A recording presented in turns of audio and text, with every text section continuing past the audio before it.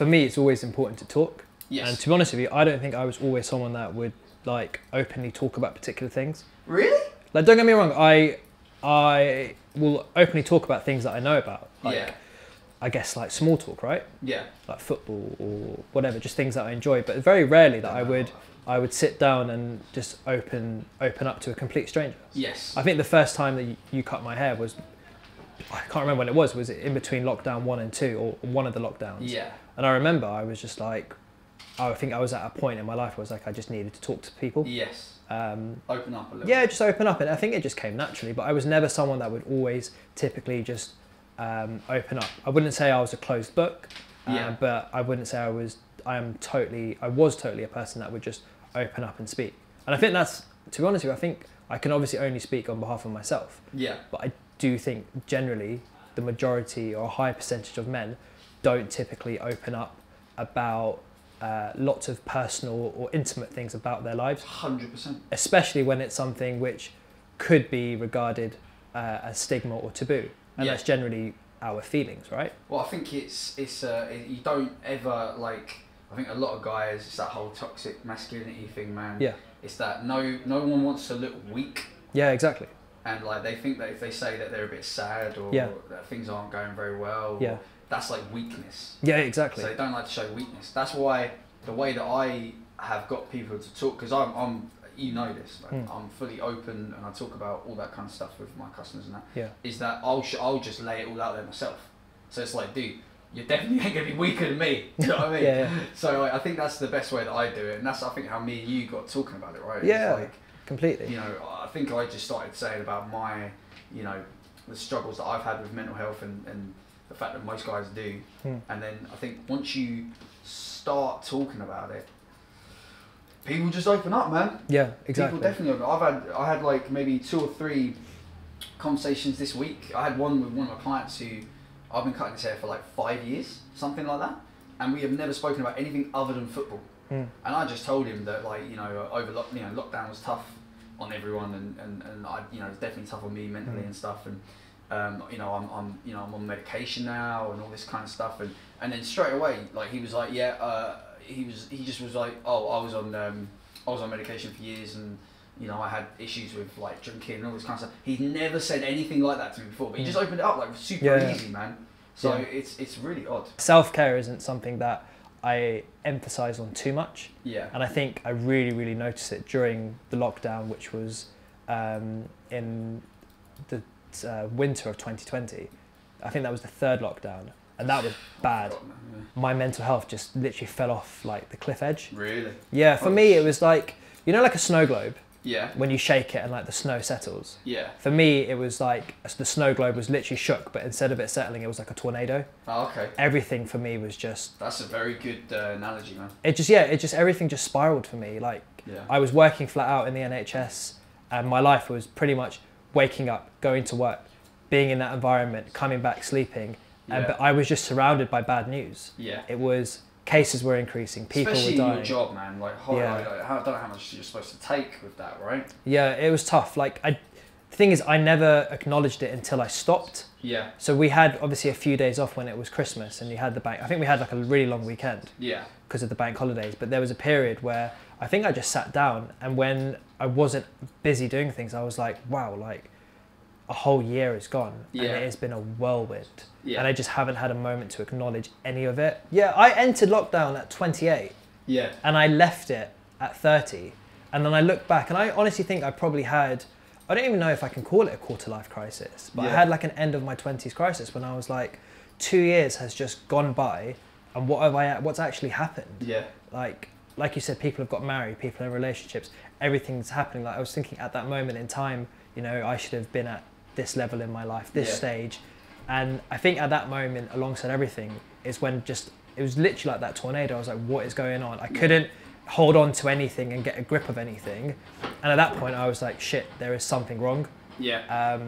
And I'm quite happy and quite open to talk about it now. But there were moments during that Christmas period when I was back to work where my self-care just went out the window. Yeah. I think there were days where I just got up and went to work. I didn't shower. I didn't sleep properly. I didn't eat properly. I didn't talk to people. Yeah. I went to work, and that I was fixated on work, and I was able to put some things to a side and just focus on my work. But when I got back, I was like, that was it. I just slept. Yeah. And at that moment, I was like, there is something wrong. Depression, man. Yeah. That's just like, Yeah. that's just literally like, that is just depression right there. And I remember I picked up my phone when I was at work, and I'm in a fortunate position where, because I work in healthcare and I understand particular things, I was able to acknowledge that there's something wrong. Yeah. But not everyone can. And I was lucky that I was like, I need to make a phone call. I knew in the back of my mind there was something there, and I didn't want to acknowledge that it probably was depression, because no one wants to be like, I've got depression. And I remember calling the GP, and he was like, look, you've got clinical depression and anxiety. Yeah. And he was like, there's a few options for you, and I chose to go to a therapist. Yeah. And if anything, that therapy that I had probably, without being too dramatic, it probably did save my life. Yeah. Because if I... It's not dramatic, but the fact that you have to preface it, right? Yeah. Because we all guys do this, right? All guys preface. But the reason they do that is, it's not to be dramatic, but no, it's like no one wants to say it, right? It's a big elephant in the room, right? But I mean, I'll say it. Like I a couple of times, you know, I've been diagnosed with a condition, a mental health condition. It kind of runs in my family and stuff. And 100% have I been at a point where I was going to kill myself. 100%. But them words, no one ever wants to say that, right? It's like this whole thing. Even us now on here being filmed, trying to talk about this stuff. Yeah. But you still have to preface it, right? Yeah, you still have to say, I'm not being dramatic. It's not dramatic. Yeah, right? yeah. It's not. It's the main thing that kills me and you. It's the biggest killer of men. And I don't know the exact statistics, but I remember reading, I could be wrong, but it was around about 150 men each week take their life. Jesus, yeah, that's bad. And I remember reading that on the Campaign Against Living Misery's website. And when I saw it, I was like, this is insane. That's a huge number of men under a particular age, or any age, and you're like, wow, this is huge. Well, the thing is as well, right? Like, if it was cancer, you'd say cancer. Yeah. But because it's suicide, no one wants to say it. Yeah. Which is part of the problem, right? In my head. Yeah. Like I'm guilty of that as well. Like I remember I had a relationship years ago, and the person I was in the relationship with was very in touch with herself and all that kind of stuff, right? Like she had a therapist, and she had she was very self-care and all this kind of stuff, and I was just like, I don't need none of that. Even though I literally have a diagnosis, I was like, it's fine, I don't need none of that. Yeah. I would never talk about it, I'd never do anything like that. And she would say, you should get a therapist. You should get a therapist. I'm like, why? Yeah. Like, what, to talk to someone? And what's the point? Yeah. And I'll tell you what, man, 100% should listen, because I have one. Yeah. And that's been massively helpful. I was exactly the same. I remember when therapy was first brought up, initially that part of me was just like, I don't need a therapist. Yeah. And I was thinking, I'm literally like bottling up all of this anger and emotion.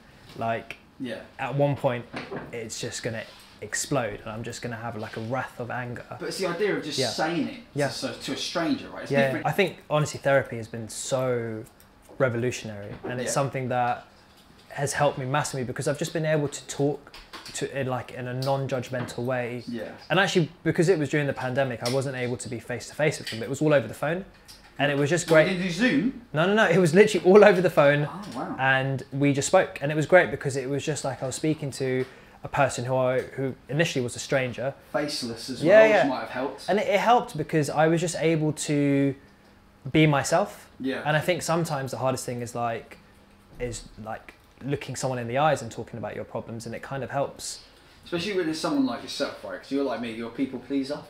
And that's really hard to get that bit out of yourself where you're having a conversation that might actually just not be very nice. Yeah. I hate having them conversations. Yeah, I hate having it. And you can't, and that's something that my therapist did say to me, was just like, you don't have to entertain me, right? And I'm like, yeah, but if I don't want to just sit here and be boring and miserable and stuff. Yeah. Then that's the point. I'm South Asian. Obviously you're... What? Yeah. I mean, it's not just a great tan. But in South Asian culture, and what I realised, it's actually probably not just confined to being a South Asian man, but there is a significant stigma and taboo with being weak. So when you're younger, to be a boy, to be a man, you've got to be big, strong, you know, show that you are the alpha. Right. And if you don't resemble that, you don't display that, you're not a man. Okay. It's like when, this isn't even a South Asian thing, but probably everyone in this room today, when they were young, were probably told, you know, big boys don't cry. Yeah. Or you know, be a man. Yeah. And if that's drilled into you from a young age, from, you know, being a child to a teenager, yeah, when that's in your mind, that's just being conditioned into you.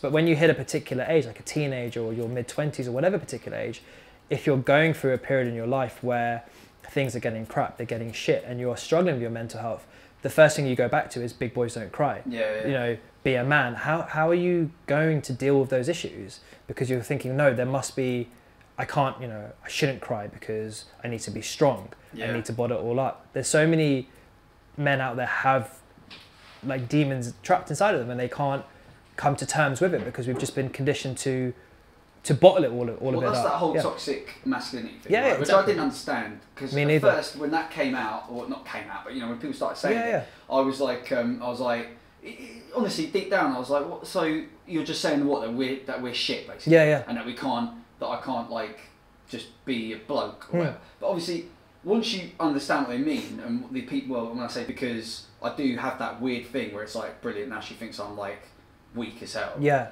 Even though like every like girlfriend I've ever had has always said like, you should never cry or yeah, same. It's emotion. like you don't show emotion. Yeah. But then why as men do we feel that is weak? Because actually we have emotions. Why don't we show it? Because when you're crying, I guess it's like you've let your guard down or something. Or you know what it is for me? It would be mainly because I've had girlfriends in the past that have had, like everyone, their own issues. And I would rather they have someone who's sort of strong and like stoic. Is it because you don't want to be a burden to someone? You don't want your issues issues to to be a burden. I burden. want them to feel like they can rely on they've you. got someone to help them. Yeah. Someone who's like stable. But who's going to help you? Both be crying. Yeah, but who's going to help you though? Yeah, well, that's the thing. That's the thing. A therapist and Yeah, medication and a much better mindset. Yeah. Personally. Yeah. And but I totally agree with you with what you're saying. Same thing. Like like I said at the beginning, like I wasn't always. I used to be very much a closed book. When someone would ask me how like they'll say to you, "How are you today, Rahul?" I'd be like, "Yeah, I'm okay. I'm fine." I mean, more often than not, if I said, "Yeah, I'm okay, I'm fine," I am not okay. Yeah. I'm not fine, but I don't want to tell you that I'm not okay because I don't want you to think that, you know, I'm weak or I'm soft and I didn't want to burden people. But then that's such a ludicrous idea because I thought by me speaking to somebody is going to burden them, but I have no idea what they're thinking. Yeah. And what I realized is when I now open up to people, and don't get me wrong, I don't do it all the time. There's moments when I was like, I don't want to talk about particular things. Of course. There's some things you don't want to talk about. Exactly. And but now there's moments when I do have a conversation like we are having now. It's great because I can almost bounce the conversation and the ideas off each other or what we're going through, because I used to think that all the issues I was going through, I was the only person. How many people are there on this planet? I think it's 6 billion. 6 billion. I used to think that I was the only person out of 6 billion that was going through the particular issues. Yeah. And when I started to open up to people, I actually realised not how insignificant my problems were, but actually how a lot of people are going through it and I didn't feel alone. Yes. And that's what made me think, shit, like this is actually the literal weight on my shoulders often went and like my... But how did you come to that conclusion? Like, what did you do? I think it was honestly just talking. I remember picking up the phone and speaking to my GP was one of the hardest things. Yeah. Because I had to conclude in my mind that there was something wrong. Yeah. When actually there wasn't anything wrong. It was just, I was just going through a shit time. Yeah. And it was not beating myself up over it. But then actually having the conversation with someone and then feeling like I felt quite empowered. Yeah. After letting like my guard down in a way and not hiding. So I was able to say to like my therapist and my GP that I'm having a crap time. But I started to do other things. I started to actually care about self-care. Yeah. And like I said to you, like I used to, like getting my hair cut for a monthly ritual, great. But then I realized, well, why should I wait each month to just get a haircut to make myself feel good physically? Because that's kind of just, you know, looking good, but deep down it's kind of not addressing what's going on inside my mind. Yeah. So now like I'm really active in ensuring I actually exercise, I talk to people, I pick up the phone and speak to people. If someone calls me, I actually answer the phone. And if someone asks me... Yeah, no, see, I don't I get anxiety, man. Yeah. I get anxiety when someone rings me because I just think, especially if it's a number I don't know. Yeah. I think, here we go. This is a bill. Yeah, I've forgotten about. Yeah. You know what I mean? But you know how nice it was though, like during lockdown, I was able to speak to people because of my work, but I'm not, obviously you probably weren't able to, right? And it made me realise how important that human connection was. Being a barber or hairdresser, you're not a therapist, but you're in that, you talk to people, right? Half an hour, 45 minutes. You know what it is, man? So if you want to work in a place like this, where we charge a lot of money and we really do care about what we're doing, you have to be good at that stuff as well. So we don't have people here that are just good at cutting hair. You have to be able to talk, you have to care. But does it take its toll on you? 100%, man. Yeah. I think the thing is that like, a lot of guys that I know that work here, they handle it by almost like shutting off a little bit, right? Like I joke about it sometimes where like if I know that I've got 2 or 3 people in my afternoon who I really don't like or are kind of rude or whatever, I always joke about it. I'll say I'll just turn my soul off then, and we just go, and then that's it, right? And you know, if you've ever worked in retail or you know, anything like hospitality, you have to do that sometimes, because if you take everything to heart, and you feel, and you really do feel everything you're saying all the time, you can't support, you won't do it. Like I literally have lost like relationships over just having no emotional energy for that person when I get home, because I'm taking in all the emotional energy off other people. Do you know what I mean? So definitely do struggle with it, for sure. But you know, I've had times where I've had guys come in and say some really dark stuff, man, some really scary stuff, like what they're going to do to themselves, how unhappy they are, and I've had that whole conversation with them, and they know I'm being real, right? And then when I get home, I'll get an Insta DM or whatever saying, you know, thank you so much for listening to me. So that to me is worth it, man. If I die alone, it's fine, because I'm helping people. Do you know what I mean? The same as you, man. No, it's a noble thing you do though, because it's not just cutting the hair and making people look good. It's that this is a safe space, like a safe space for men to talk. 100%, man. And like, not everyone can talk on like the gym or on a sports field because they might not do sport. They might not go to the pub, or they might not go to a bar. Also, yeah, I wouldn't do that. I wouldn't be in the gym talking to some absolutely jacked up guy about how much I hate myself. Yeah, like, but, talk about weakness. But coming here is like you feel relaxed and you feel confident. You feel like you can talk, and it's in an environment where there is no judgment really. No, not at all, man. Because you realise everyone's going through the same crap. Oh, especially in this industry. Trust me, in this industry, man. Like I used to say, it's like the lost boys and girls, and everything in between. It's like everyone's got their own issues, but especially in barbering, man. Honestly, it's like, you know, anxiety, depression, all these kind of things. This job is, I think, it's ranked the most happy job really in the world, right? Which is kind of ironic, right? Because we all, you know, I'm not going to speak for the other boys in here or barbers as a whole, but like from my experience, most people I meet that are good at this, in terms of not just cutting hair, but in terms of talking to people, connecting with people, they've got something going on, and they're open about it and they talk about it. So that's definitely like, that definitely helps in the fact that I'm upstairs with you normally, I'm fully open about it. You know, I have a disorder. It's a chemical imbalance in my brain. It's not something that can be just solved with talking, right? It's something I have to take medication for, and that's absolutely fine. It doesn't make me mental. It doesn't make me. It's taken me a long time to learn that. And I'll be honest with you, I only kind of did in the last kind of 6 months, really, because I've been self-medicating a little bit with other things, and like I don't do that anymore. And then as soon as I stopped doing that, I was like, wow, okay, actually, I've got an issue here. Do you know what I mean? So the fact that I can talk about that, the fact that some of the other boys will talk about that fully openly, I think does create that atmosphere, man. But it's awesome that you think that as well. That at what point did you feel like you can just be open about your condition? That's a great question, man. I don't know. I think it just happened. I think just one day someone said something. I can't remember what it was. I think they were talking about. I think a customer might have opened up to me, and I said, "Well, I have bipolar disorder," and they were like, "Really? I didn't know that about you." And I was like, "Yeah." And the fact that they didn't react how I thought people would react, right? Which is like, you say you have something like that, and they're like, "Oh my god, this guy's gonna kill me" or something, or himself. But the fact that they reacted in this way, like, "Oh, I didn't know that about you." Like, you know, I was like, "Yeah, I do." Like, it doesn't define me, but I do have that, and now I'm open about it. I never really say like, "Oh, I have bipolar all the time," because then it becomes this whole thing of like, it doesn't matter, right? I'm just saying I have an issue. Yeah. And I take medication for it, and I'm fully open and absolutely fine about that. Yeah. I'm still, you know, incredibly You're still who you are. Yeah. Yeah. Is that what you're gonna say? No. Oh. I think you took the words out of my mouth, but yeah, it's better when it comes from you. Yeah. Well, actually, no. I'd rather it came from someone else, but. So one day. Well, self-love, isn't it? Yeah. Well, one day someone else will say it. I reckon. Yeah. If I keep saying it. It's not going to be me. But yeah, self-care and self-love. Self-care is a new one for me, man, because I'm not drinking right now. Yeah. So like my self-care day is normally a Monday, and I'm not doing stuff like this for free.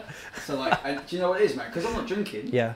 I'm like, what do I do? Because I don't want to do exercise because I hate it. Yeah. So I do a lot of walking. But do you know what I do? I have to drink something, man. So I get coffee. I get like there's this place that does this mango orange juice. Sit down, read. I went to the Tate Modern to see if I could, you know, sort of like get it. You know, and it was quite nice. It was really nice. It was quiet and all that. But it's new for me, man. I don't know what it's like for you. But it's exciting though, right? Because you're now embarking on something completely different. Maybe something that you wouldn't normally do, but you found like a new, almost a new vice. Yeah. Yeah. For me, alcohol was one of my go-tos. Really? Yeah. I wouldn't drink a lot, but I think when like shit was going hard for me, I wouldn't want to talk about it. I would have a drink. Really? And because if I had a drink, I wouldn't need to talk about it. Just numbs it a little bit. Yeah, it numbs it. And I didn't realise how bad that was until I was like, I'm not talking about particular things. Yeah. We'll do the moustache. Yeah, and they do your moustache here. Because look at this, man. I wanted, you know what, when you did last leave time. it thick? No, but I wanted it like you did it, not as thick as this because it properly grows like that. Mate, but look, it looks hilarious now. I can't see anything. Oh, right. Yeah. Is this when I look and you've just given me No, like it looks proper funny. a Dr. Phil got haircut? Like a proper thick moustache.